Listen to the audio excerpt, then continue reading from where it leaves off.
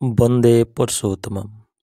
सतत स्मरणीय अनंत श्री विभूषित ब्रह्मलीन पूज्यपात श्री श्री ठाकुर अनुकूल चंद्र जी के पावन युगल चरणों में अनंत बार नमन।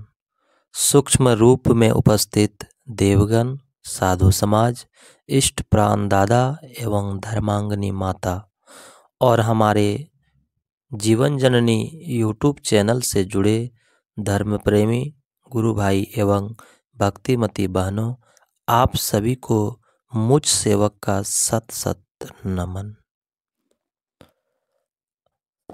आज हम लोग जानेंगे कि जीवन में नाम जाप करने से क्या लाभ मिलता है। नाम जाप क्या होता है? नाम जाप का मतलब होता है कि अगर आप किसी गुरु को अपनाते हैं, चाहे वो ठाकुर अनुकूल चंद्र जी हो, चाहे वो महर्षि मही परमहंस जी महाराज हो, चाहे वो कबीरदास जी हो, संत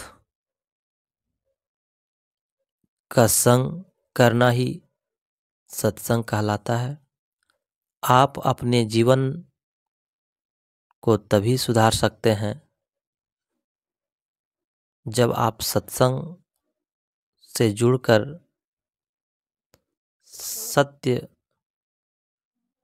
की ओर बढ़ने की चेष्टा करते हैं। जीवन में सत्संग का बहुत होना जरूरी है और सत्संग से होने वाली जो लाभ है वो बहुत सारा है। तो हर एक इंसान इस बात को नहीं समझ रहा है कि सत्संग क्या है और सत्संग से क्यों जुड़े। सत्संग का अर्थ है सत्य का संग। आप सत्य के साथ चल रहे हैं तो आप सत्संग से जुड़े हैं। अगर आप सत्य के साथ आप सत्य मतलब आप सही हर काम सही कर रहे हैं और किसी गुरु से नहीं जुड़े हैं और आप गुरु जीवन में गुरु नहीं किए हैं तो आपका जीवन व्यर्थ है। तो एक छोटे से कहानी के माध्यम से हम सब सुनेंगे कि गुरु क्यों करना चाहिए और गुरु करके गुरु मंत्र लेने से और गुरु मंत्र का जाप करने से क्या लाभ है। एक ग्वाला था और एक पंडित था। बीच में एक नदी था। नदी में जो पानी का धार था, बहता धार, जो पानी बहता था उस नदी में, तो कभी ज़्यादा कभी कम। बारिश का मौसम था, जब कभी बारिश होता तो नदी में पानी बहुत जोर से बहने लगती थी। कभी सूख जाता था, कभी ज़्यादा हो जाता था, कभी कम हो जाता था।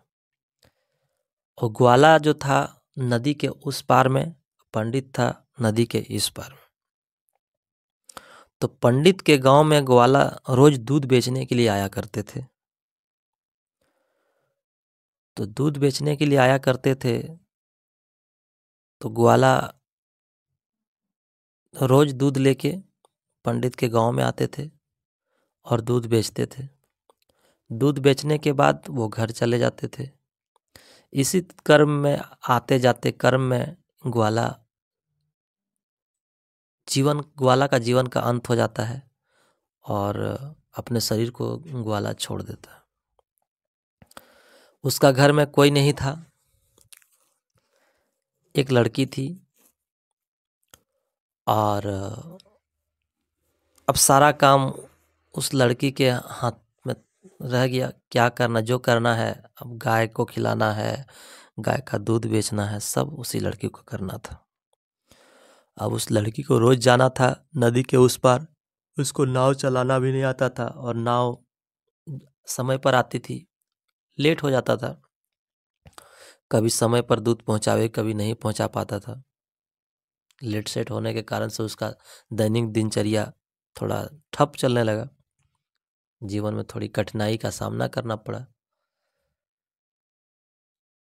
तो इस क्रम में एक दिन पंडित के गांव में गया, तो वहां एक साधु संत मिला। और साधु संत मिला तो साधु कहते हैं कि मतलब साधु ये दूसरे आदमी को बोल रहे थे कि अगर आप गुरु का मंत्र लेंगे तो भाव सागर पार कर जाएंगे। मतलब वो साधु, वो गुरु जो उस पंडित के गांव में आए थे, वो बता रहे थे किसी और को कि गुरु मंत्र लेने से, गुरु का नाम जाप करने से आप भवसागर पार कर जाएंगे। अच्छा, भवसागर पार कर जाएंगे। तो उसको लगा, वो जो है ग्वालिन, वो लड़की, वो सुन ली थी बगल से कि भवसागर पार कर जाएंगे गुरु मंत्र लेने से, गुरु का नाम जाप करने से। तो क्यों ना हम गुरु मंत्र ले लेते हैं, हमको तो नदी ही पार करना है। तब जाके सोचती है क्यों ना इस साधु संत महात्मा से हम गुरु का मंत्र ले लें। तो वो लड़की जो है धीरे धीरे साधु के पास जाता है, गुरु भाई के पास जाता है, और वो बोलती है कि गुरुजी, सो हमको वो मंत्र बता दीजिए जो मंत्र लेने से और मंत्र का नाम जाप करने से भवसागर पार हो जाता है। तो गुरु भाई भी सोचे बड़ा ही बढ़िया नाम है, बहुत ही अच्छा है, तो अपने इतना जल्दी समझ गया, क्यों ना इसको हम गुरु मंत्र दे दें। तो बोला ठीक है, गुरु मंत्र हम दे देंगे। वो नदी जो है, नदी में जाओ, नहा लो, और नहा के फूल माला लेके आओ। तो गुरुजी जैसे बताए वो लड़की जाती है और फूल माला लेके आती है, और गुरुदेव उसको नाम बताते हैं। और नाम बताने के बाद फिर वो लड़की नाम का जाप करती है, और गुरुदेव जैसे जैसे बताए थे वैसे वैसे करने लगे, क्योंकि उसको तो भवसागर पार करना था। वो तो सुन चुकी थी कि इस नाम का, ये नाम करने से भवसागर पार हो जाएंगे, हो जाता है, और उसको तो नदी पार करना था। तब जाके वो चली जाती है घर। फिर दूसरे दिन दूध लेके आती है, दूध लेके आती है। इसे आते जाते एक दिन नदी में आ गया बाढ़, बारिश का मौसम था। तो उसी तरह से नदी में पूरा बाढ़ आ गया। अब वो इतना नादान था, अब क्या करे, नदी में पानी आ गया पूरा। अब वो सोचने लगी कि गुरुदेव तो बताए हैं कि नाम जाप करने से कोई भी भवसागर पार कर जाता है। जब सागर पार कर सकता है तो नदी कैसे न पार कर सकते हैं।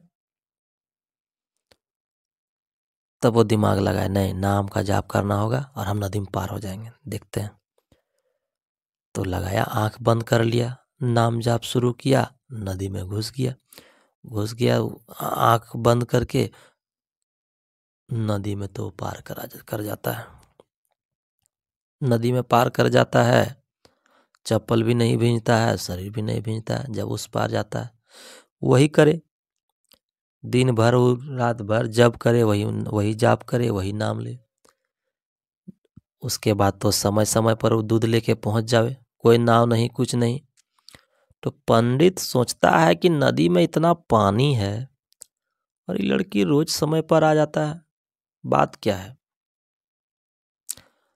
तो पंडित एक दिन पूछता है कि अब तुम समय समय पर दूध लेके आ जाती है, सो क्या बात है। बोले हम तो भगवान का नाम लेते हैं, पार हो जाते हैं। बोले कहाँ पार हो जाता है। बोले नदी में पार हो जाते हैं। बोले इतना पानी है नदी में, कैसे पार हो जाता है। बोले हाँ, हम तो ऐसे पार हो जाते हैं। तो बोलता है कैसे। बोलता हम गुरु का मंत्र कहते हैं, नाम जाप करते हैं और पार हो जाते हैं। तो बोलता पगला उगला गया है क्या, ऐसा कभी होता है। नाम जाप करेंगे, भगवान का नाम लेंगे और नदी पार कर जाएंगे और भीगेंगे भी नहीं, डूबेंगे भी नहीं।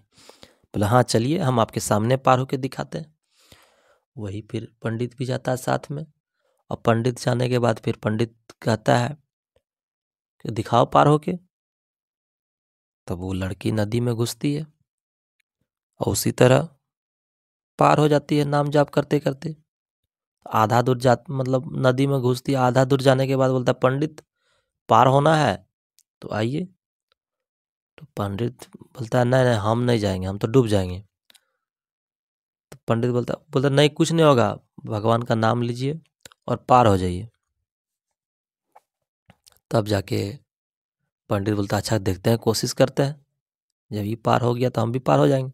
जैसे पंडित देता है लात नदी में, उसका घुटना भर पानी हो जाता है। बोलता नहीं नहीं नहीं, हम इसमें पार नहीं होंगे, हम भी डूब जाएंगे।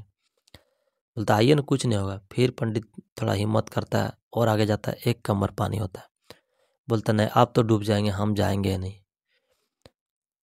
तब जाके पंडित को लगा कि उसमें कोई शक्ति है। तब वो पंडित पूछता है ग्वाल उस लड़की से दूसरे दिन कि कौन सा नाम है और कौन सा जाप है, कैसे मिला इस शक्ति।